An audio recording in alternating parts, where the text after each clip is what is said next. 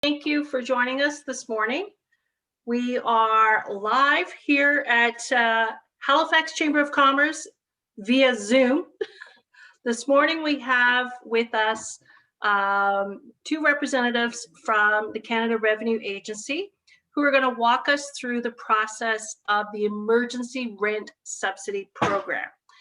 We apologize for having a little bit of a technical difficulty this morning. It's COVID. That's all we say. So if you have any questions, please feel free to put them in the chat box, and we will get to your questions at the end. So Rachel and Michael, I turn the presentation over to you.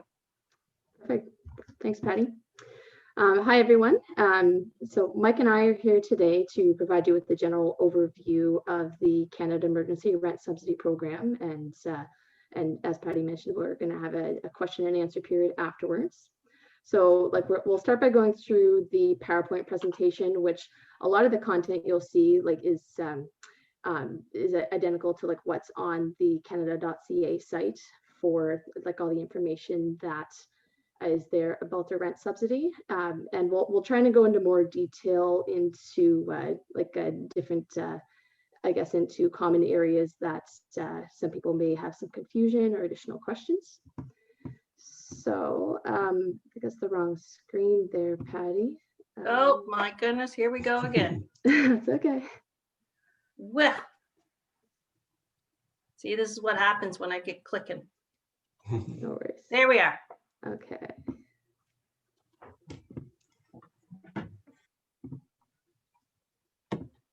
Let me get to the next slide here. Oh. All right, so I'm just going to go through a quick disclaimer here. So basically, the key objective of the measures put into place by the federal government to respond to COVID-19 is to reflect the immediate needs of Canadians and support the post-crisis economic recovery. As such, there may be updates to the measures after this session is held. And so to find the most up-to-date information, it's always a good idea to continually look at Canada's COVID-19 Economic Response Plan on the Canada.ca site. All right, so basically Canadian businesses, nonprofit organizations, or charities who have seen a drop in revenue due to COVID-19 may be eligible for a subsidy to cover part of their commercial rent or property expenses starting from September 27th, 2020 until June 2021. The subsidy will provide payments directly to qualifying renters and property owners without requiring the participation of landlords. And the structure of the CERS involves the calculation of a base subsidy rate as well as a lockdown top-up support.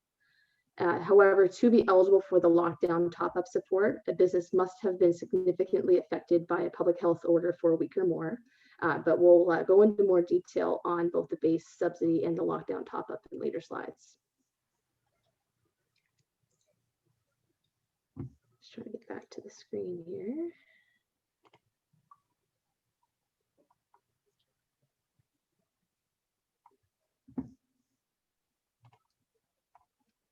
All right, so to be eligible to receive the rent subsidy, you must meet all 4 of the following criteria.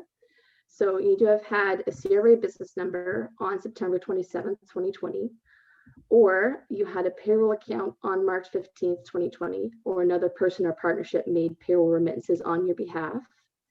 You purchased the business assets of another person or partnership who meets condition 2 above and have made an election under the special asset acquisition rules. And so with these special acquisition rules, they are the same for the Canada Emergency Wage Subsidy. And more details on that can be found on the Wage Subsidy FAQ page. All right, and for the next one.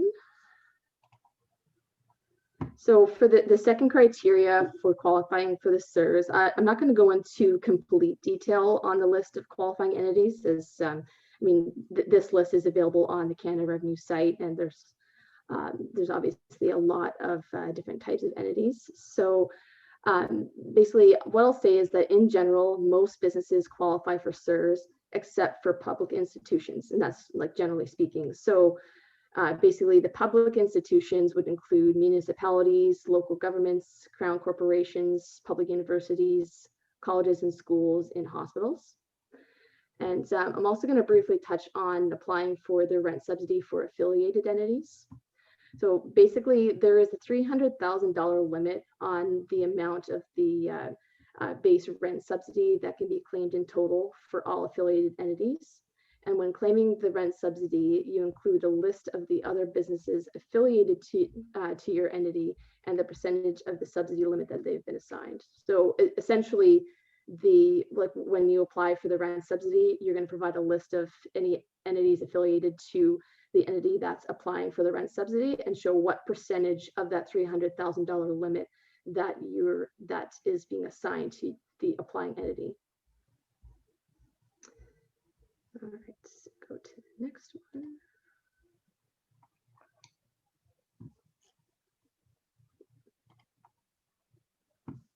Just navigating two screens here, so it takes a sec to switch to the next screen.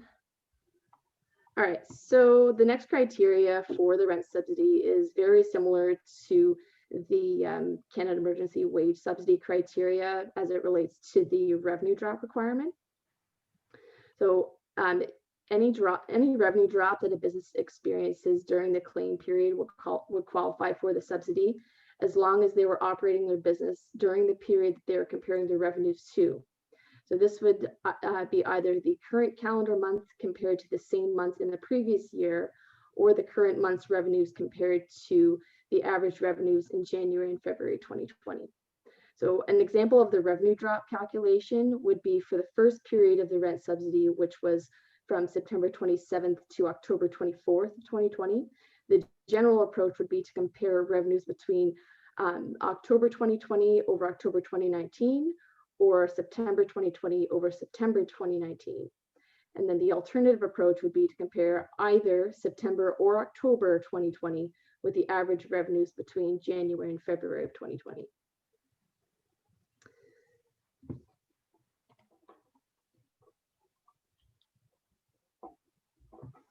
All right, and the final criteria to be met to qualify for the rent subsidy is that you need to have eligible expenses. And the eligible expenses for the purpose of the rent subsidy are those incurred in relation to the qualifying properties.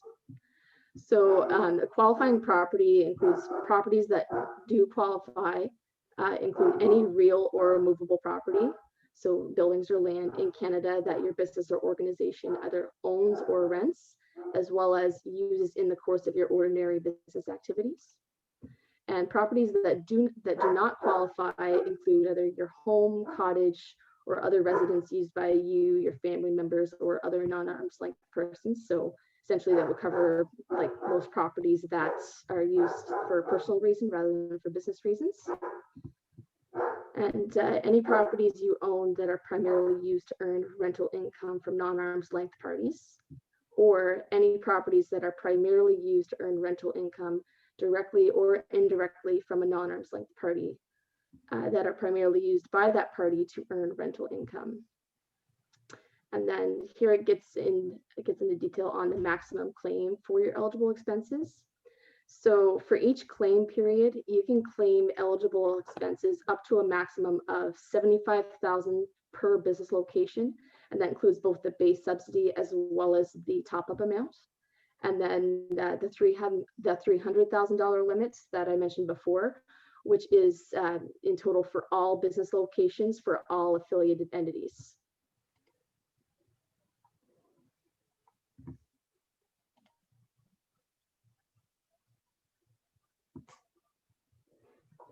All right, so now we'll touch on specific criteria that the rent subsidy expenses have to meet.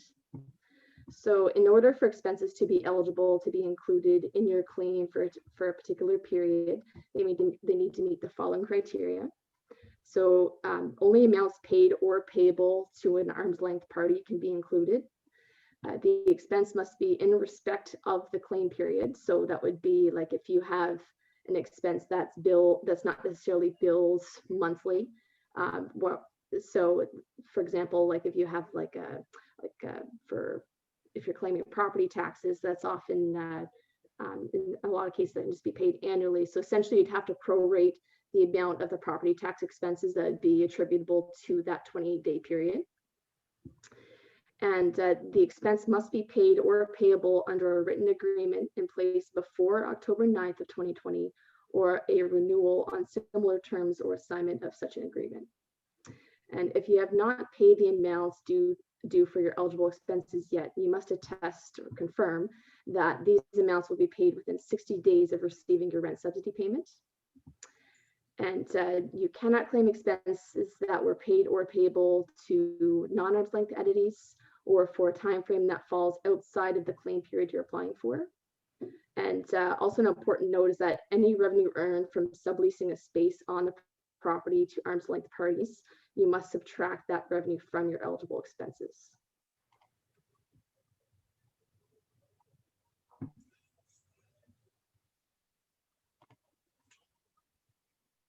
All right, so next we'll explain the difference in the eligibility criteria for expenses depending on whether you rent or own a qualifying property.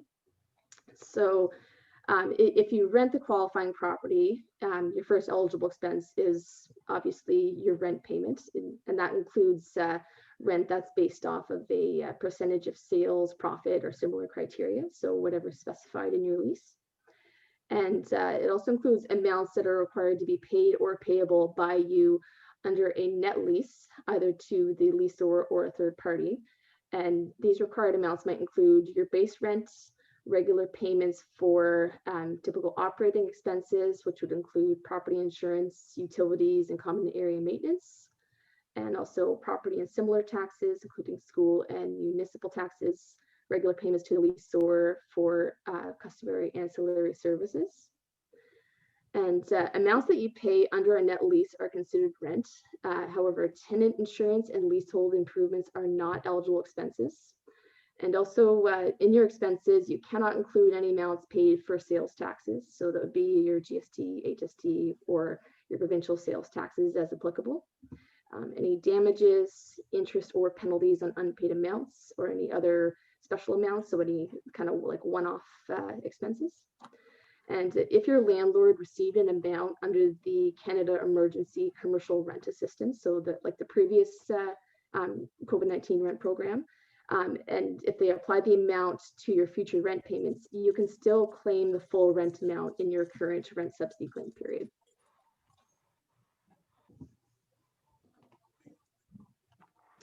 All right, so next, if you own a qualifying property, your eligible expenses are both your property and similar taxes, and as it shows there, includes school and municipal taxes if these are part of your property tax assessment, as well as property insurance, interest on commercial mortgages for the purpose of purchasing real property. And your mortgage amount cannot exceed the lesser of either the lowest principal amount secured by one or more mortgages on the property at the time that was acquired, or the cost amount of the property. And expenses that are not eligible include amounts that were paid or payable for a time that fall outside of the claim period, and payments between non-arm's length and related entities.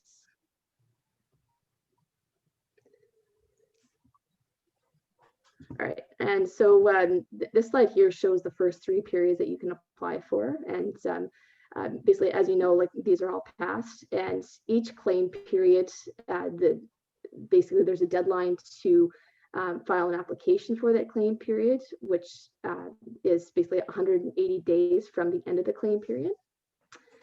And so in addition to those 3 claim periods, there was also for like the 4th claim period, it was December 20th, 2020 to January 16th, 2021. And then the most recent period of January 17th, 2021 to February 13th, applications for that period opened up on February 14th. But if you check out our website on canada.ca, that actually allows you to view any claim period that you can apply for and when you can start applying, as well as the deadline. I think now I'm going to turn it over to Mike, who's going to cover the rest of the presentation. Thanks, Rachel. So I'm going to get into explaining how the subsidy is calculated and how you would submit an application for the subsidy. So basically, the CERS provides both the subsidy, base subsidy, and in some cases, a lockdown support amount. So how much you can claim, the base subsidy rate applies to a maximum of $75,000 in eligible expenses per period, per location, to an overall maximum of $300,000 in expenses for you and any affiliated entities for the claim period. So the $75,000 per location would include basically your base amount and your top-up amount. But there is no restriction on the $300,000 expense limit when it comes to the top-up calculation. So the $300,000 in expenses is only a limit for the base expenses. If you must close or cease certain activities at one or more of the locations under a public health order for 1 week or longer, you may be eligible for the lockdown support of 25% of an eligible expense per affected location for the days the order was in place. So in other words, for the lockdown support, you would have to have a minimum of 7 days of lockdown during the period, and your calculation would be a proration of the amount of days that you were locked down during the 28 days. So it would not necessarily be a full 25%. So calculating your base rent subsidy rate, the amount of expenses that you can claim, your rent subsidy rate is based on revenue drop, your business experience between, as Rachel mentioned this a little earlier, the corresponding month of 2019 method, which that's method A, which would be comparing the current period reference month to the same month in the prior year. Or you could use the alternative method, which would be comparing the current claim period month to the average of January and February of 2020. So you must use the same option for all future CERS claims. If you have also claimed the SUS, you must use the same method you used for the based SUS for periods 5 and later.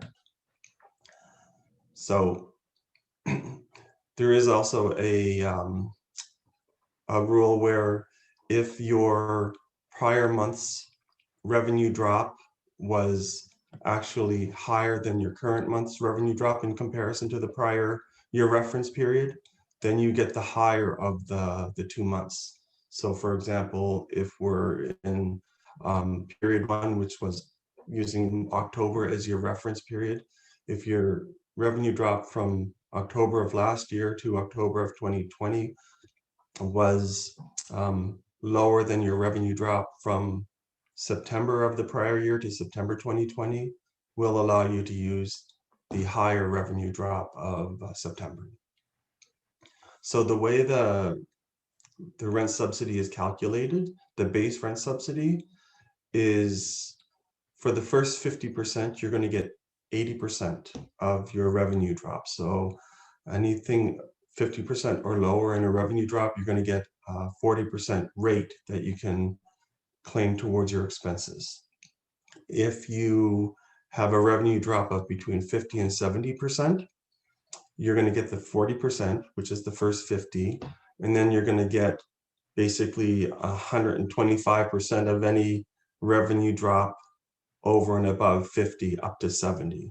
So for example, if your total revenue drop was 60%, you're going to get 40% for the first 50, and then 12.5% for the 50 to 60, which would give you a rate of 52.5% CERS rate. And then the maximum amount is actually 65%. So any amount, any revenue drop of 70% or more, you're going to automatically get the 65% subsidy rate for the base rate. So just to note that the online calculator is very useful when determining which reference periods you should be used to calculate your revenue drop, and also in calculating the actual revenue drop. So the lockdown support, which is the additional 25% over and above the maximum of 65%, to be eligible to qualify for lockdown, you must have a base rent subsidy rate of more than 0% for the claim period, one or more locations temporarily closed or have activities significantly restricted for a week or longer due to the COVID-19 related public health order, an order that restricts or reduces activities but doesn't require you to close or stop certain activities does not qualify for lockdown support.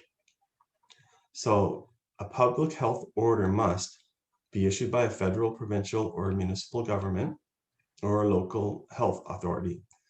It must be limited based on at least one of these factors: geographical boundaries, type of business or other activity, risks associated with the particular location. It must also result in sanctions or be an offense if you do not comply. It must require that you stop some or all of your regular activities while the order is in place. For example, activities where you were not able to carry out must account for at least 25% of total revenues at that location during the prior reference period.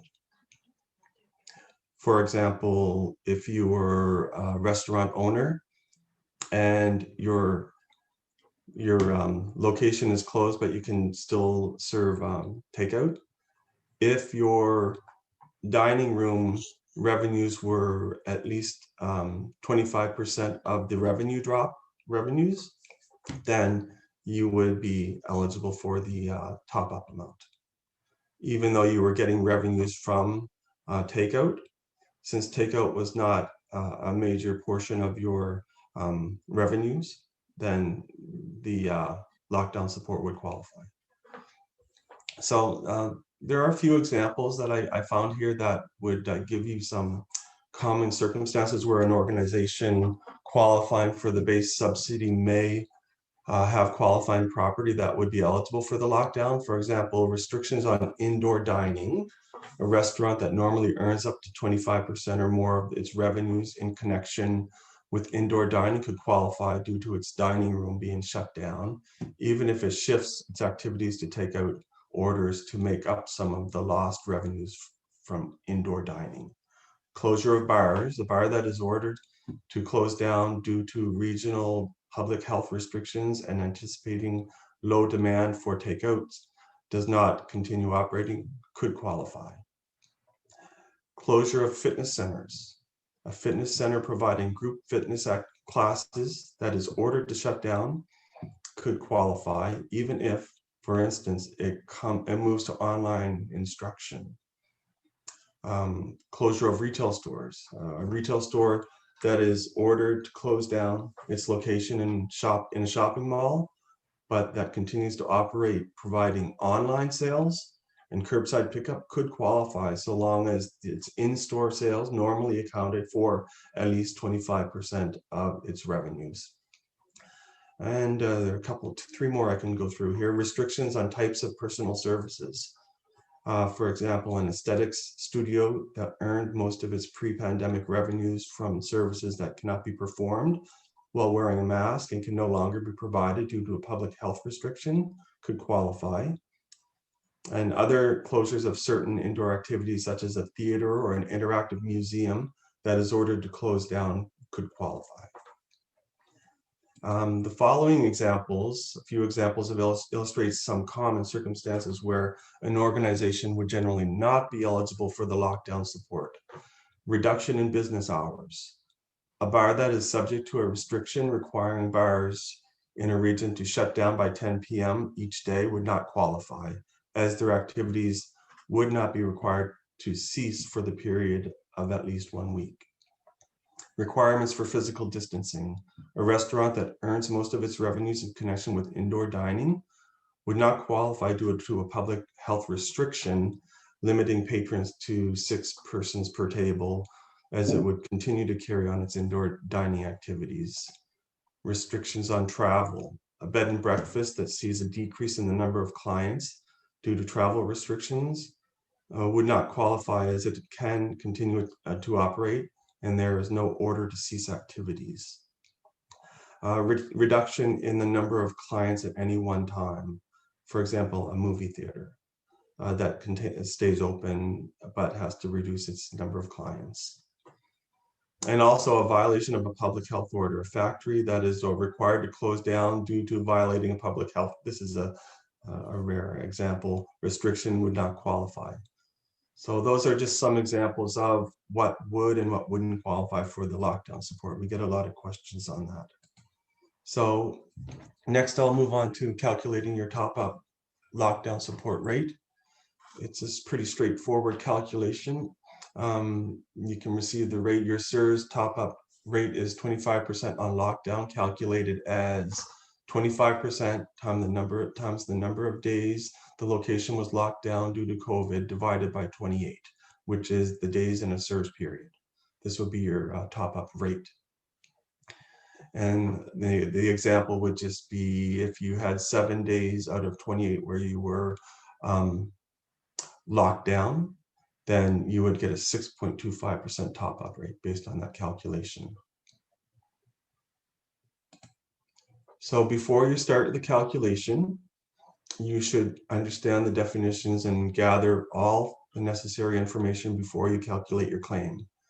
You should determine if you're eligible for CERS, have your monthly qualifying revenue amounts from the corresponding reference periods, 19, 20, and now that we're in 2021, it would be, for example, January 20 to 21.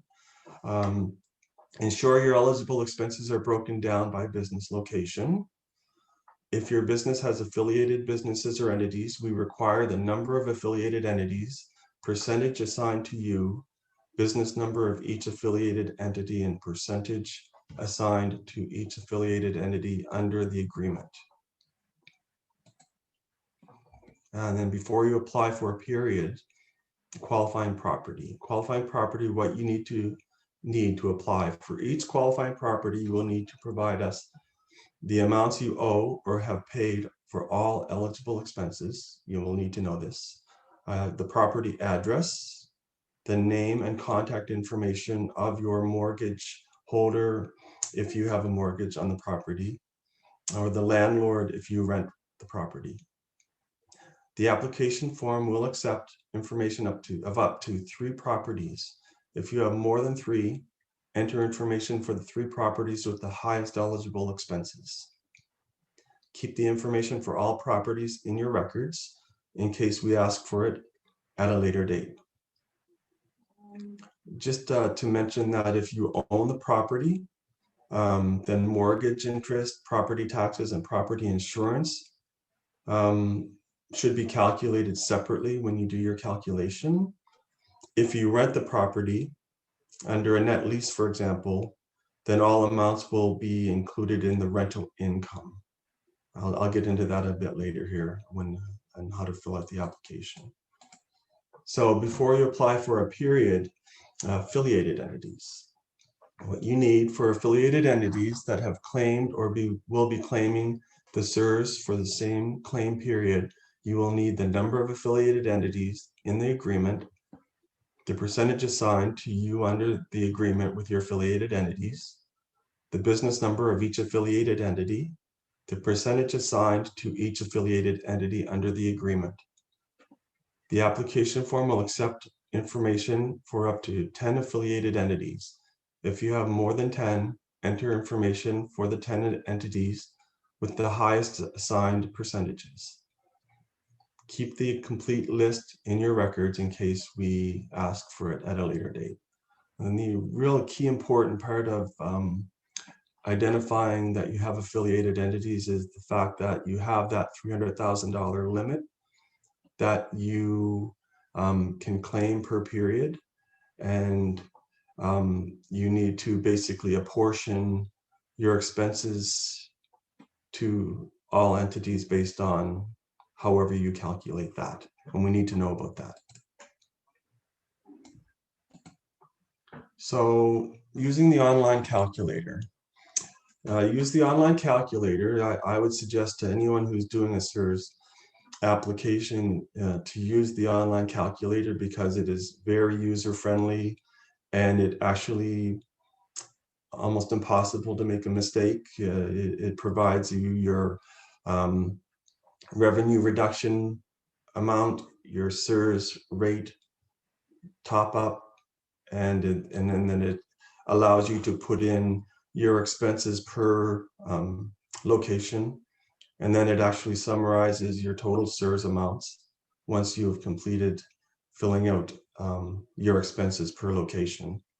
And the summary of your expenses will be able to be downloaded or printed so that you can then fill out the application through My Business Account or represent a client. So again, step 1 was select the claim period. Step 2, determine if there's any affiliated entities. Step 3, calculate your rent subsidy rate. Step 4, enter your business locations, and step 5 is to get the results. And then you can print the information from the calculator in order to get your to use it for your application.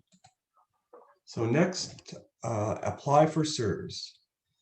Once you've gathered all of this information, done your calculation using the calculator, and then saved that in PDF or in Excel form or printed it, you must submit an application for the claim period that you're eligible for. And you must submit each application specifically for the claim period. You can't lump it all into one application. You can't put periods 1, 2, 3, and 4 all in period 4. So you need to break it down. And the application must be filed within 180 days from the end of the claim period for which you're applying. And of course, there are 2 ways to do it, to make the application. One is through My Business Account, and the other is through Represent a Client. And up until recently, it's not been possible to amend applications online. And so we've been telling people to call back in February. We'll get updates on this.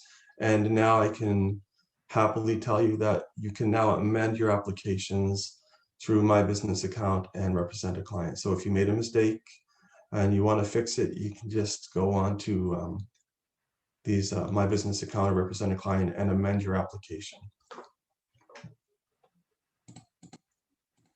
So you do need to, in order to file for the CERS, you do need to create a ZA account number. It's a special account number that we use to actually process the application. And that's done through My Business Account or Represent a Client. Make sure your business number is valid. Sign into My Business Account and look for Create a CERS number. I believe it's at the bottom of the page. I'm not quite sure, but once the CERS account is created, there will be a link to access the application form. On the application form, the CERS account number and the business name fields will be automatically pre-populated. And to apply for CERS, you must submit a separate application for each claim period that you're eligible for. You only fill out the fields that apply to you. Some fields are for property that you rent, and some are for property that you own. So that's going back to what I mentioned earlier. If you have a rental property, you generally will just fill out line 120, which is rental expense. If you have a net lease, that include the fact that you have to pay property tax, property insurance, and utilities, you would actually lump all of those amounts into line 120. So you put your base rent plus those amounts into line 120 in your application. If you own a property and you are eligible to claim the interest, property tax, and property insurance, they would be on the specific line described that describes that type of expense. And you wouldn't have any amount under a rental expense if you own the property. So Representatives need to do two things regarding the attestation and form completion. First, they need to make sure that they have obtained the attestation for owner/managers and or senior employees. That's the RC 665. And that same form is used to make elections. This form must be completed and signed by the individual who has principal responsibility of the financial activities of the eligible entity, the business or other organization. An electronic signature is permitted.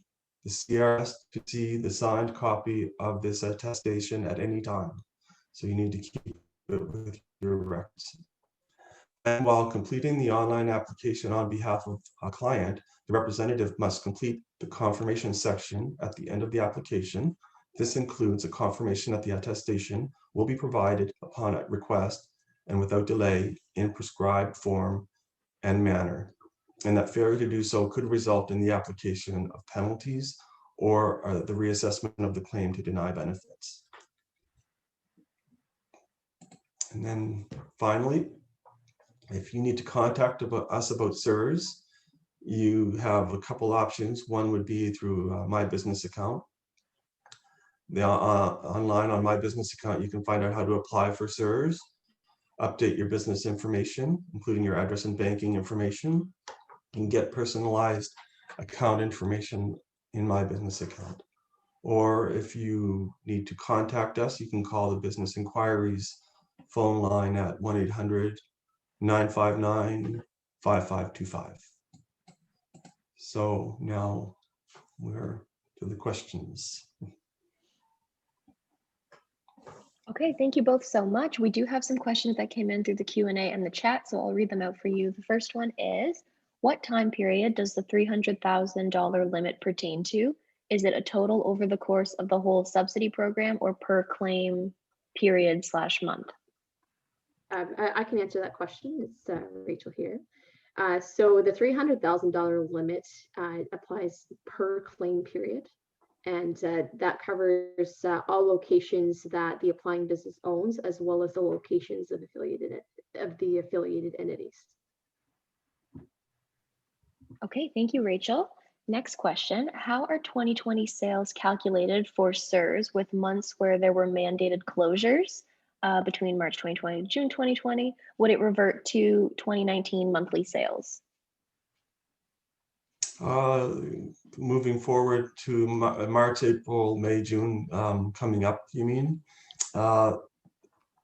My understanding is that we're going to continue to use the year-over-year method. So when you say for March 2021 as compared to March 2020, there's been no indication that we're going to still use 2019, but you have the alternative method of January and February. That's a good question. Do you know about that, Rachel? If they've come out with anything regarding the fact that we were already in a pandemic for March, April, and May? The sales would be very low. The reduction would be low. That was a good question. So when I first read the question, I was thinking that they were referring to they're actually referring to March 2020 and June 2020. So let's see here. Mandated closure. I didn't see the question. Yeah, if you open the Q&A, you can read through them. So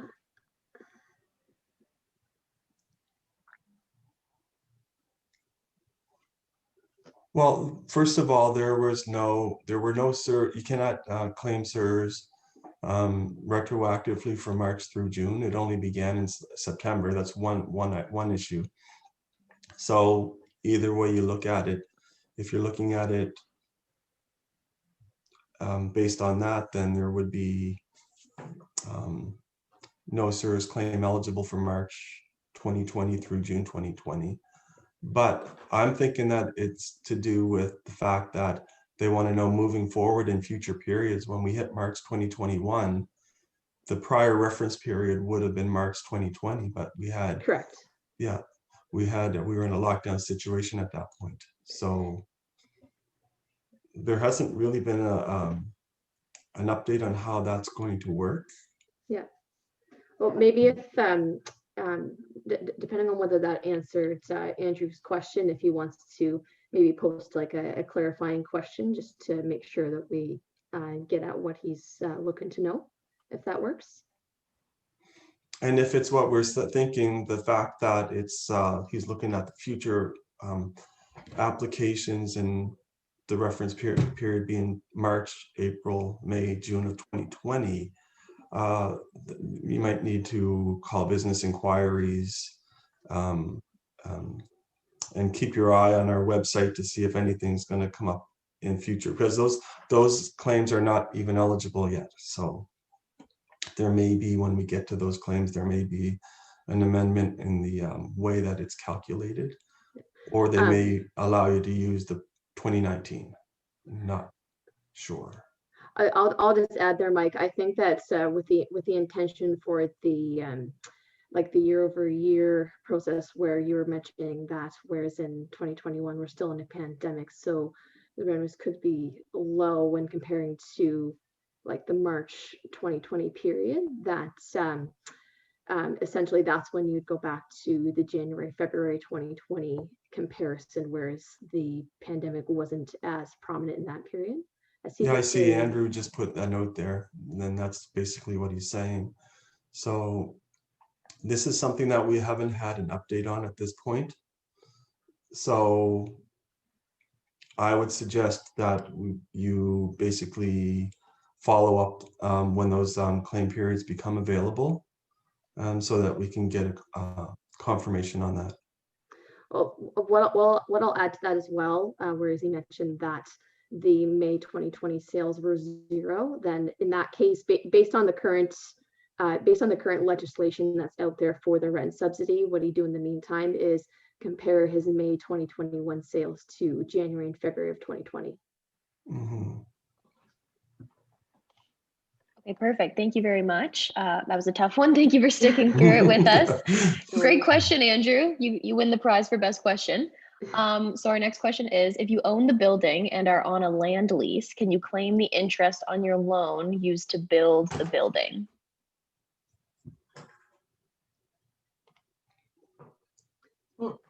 Basically, it needs to be a commercial mortgage, right? In order to claim interest on commercial mortgage. And is that what you understand, Rachel? So a loan to build the building would not be eligible for the CERS. Perfect, thank you. Another one here, for the lockdown top-up, is it a full closure of the business, or would it also apply to restaurants who can still do takeout? I can cover that one. So for the lockdown top-up, you don't necessarily need to have a full closure of the business, as basically you would qualify for the top-up as long as the revenue that you would get from your restricted activities, so like your sit-in dining, if you can find a reasonable way to attribute at least 25% of your revenue drop to your previous dine-in revenues, then you could still qualify for the lockdown top-up. But this is often treated on a case-by-case basis. I don't know if you had anything more to add there, Mike.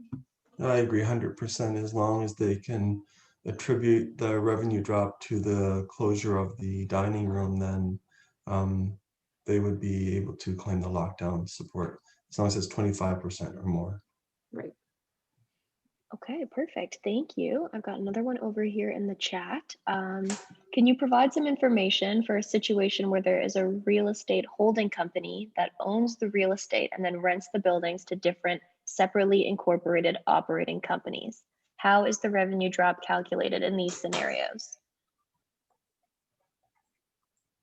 So yeah, there is. Yeah. That's a common question that we get, and it requires basically when there's a non-arm's length relationship between a holding company and operating company. Of course, the operating company cannot claim rental expense because there's a non-arm's length relationship, but the holding company can claim mortgage interest, property taxes, property insurance, And on these items, as long as they file an election under paragraph 125.74D of the Income Tax Act, and there is basically a specific calculation that they would be able to do to calculate the revenue drop. Let me just read it to you in more detail here. So I have a big long explanation on that. So a holding company that's not at arm's length to an operating company can make application for CERS. The operating company is not eligible to apply for CERS due to the non-arm's length relationship with the landlord, the holding company. So how does the holding company renting out the property to non-arm's length calculate the revenue drop? The landlord can make an election under 125.7D of the income tax, 4D of the Income Tax Act, to use an alternate method of calculating its revenue drop. It states that, and this paragraph states that if in a qualifying period, all or substantially all of the eligible entities qualifying revenue is from non-arm's length parties, and each party jointly elects with the eligible entity uses this paragraph D formula to determine the qualifying revenue in the current reference period. The formula basically if you go into the FAQs, CERS FAQs number 8, it does explain the formula, but I can sort of continue reading a little more here. So the operating company paying rent to a non-arm's length is not eligible.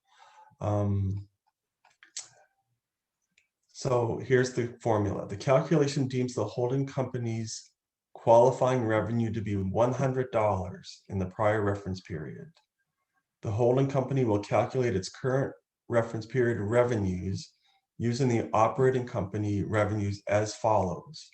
And then they would put in basically the operating company's current reference period divided by its prior reference period revenues and multiply that by 100. And that's going to give you your rate. So again, the best place to look, I know it's not easy to explain over the phone, but to go to CERS FAQs number 8. And if you do that, let me just read that to you what it says. CERS FAQs number 8 it says, are there special rules for calculating qualifying revenues of an eligible, and they talk about employer because the CERS is for the wage subsidy, but we use the same rules for CERS. So that derives its revenue from one or more non-arm's length persons or partnerships. And then it gives you the calculation. So that would be the reference. Go to search on the website CERS FAQs and go to number 8. And again, they can claim, based on that, they can claim those expenses as eligible expenses for CERS. I'll just add in there too that I guess just given the technical nature of this topic, that if you ever want to call anybody to kind of talk through it to help you understand it more, our business inquiries agents are also really good on this topic. So they'd definitely be glad to help you out at the phone number Mike mentioned earlier, the 1-800-959-5525. Perfect. Thank you both. I just got a couple more questions here that were pre-submitted. So if my landlord decides to reduce my rent after I receive the subsidy, what should I do? Amend your application. Amend your application. Perfect. Easy one. We may have covered this, but I'm going to ask it just in case. Are warehouses, storage spaces, and head offices eligible for the rent subsidy?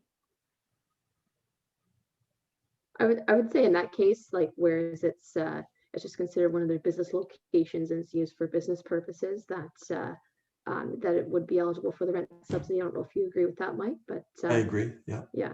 They talk about storage facilities being eligible. So yeah. It doesn't have to be the principal place of business necessarily. Like, I guess in that particular circumstance with whereas it's a storage area, but it's only used for business purposes. They wouldn't Perfect. be eligible clearly for lockdown support though. Yeah. Okay, great. Okay, I've got one final question here. If anyone else has one, please feel free to drop it in, but I'll just ask this final one. Some of my expenses aren't paid monthly. For example, property tax is paid quarterly and property insurance is paid annually. Can I claim these expenses if I'm not paying them within this claim period? Yeah, so that was something that we covered earlier, like at the start of the presentation. So essentially, any expense you're claiming, you have to prorate it for the 28-day claim period that you're applying for. And that even covers expenses that you do pay monthly. And the reason being for that is because oftentimes, like, for example, rent can be paid like monthly, so either every 30 or 31 days. So you even have to prorate that down to what the expense was attributable to the 28-day period. So if you had something like your property tax, which is billed annually, then you divide the calculation for that would be to divide it by the 13 claim periods, as there's 13 claim periods per year. Okay, great. Thank you both so much. We're just about out of time here, so I'm going to wrap it up. I don't think you can see me, but I'm Emma.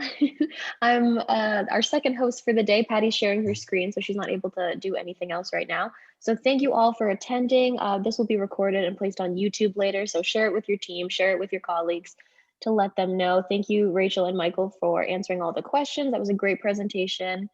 And join us tomorrow for the half-day virtual Wonder Woman conference. We still have virtual tickets available, and we're really excited to see you all then. Have a great day, everyone. Have a great weekend, and we will see you next time.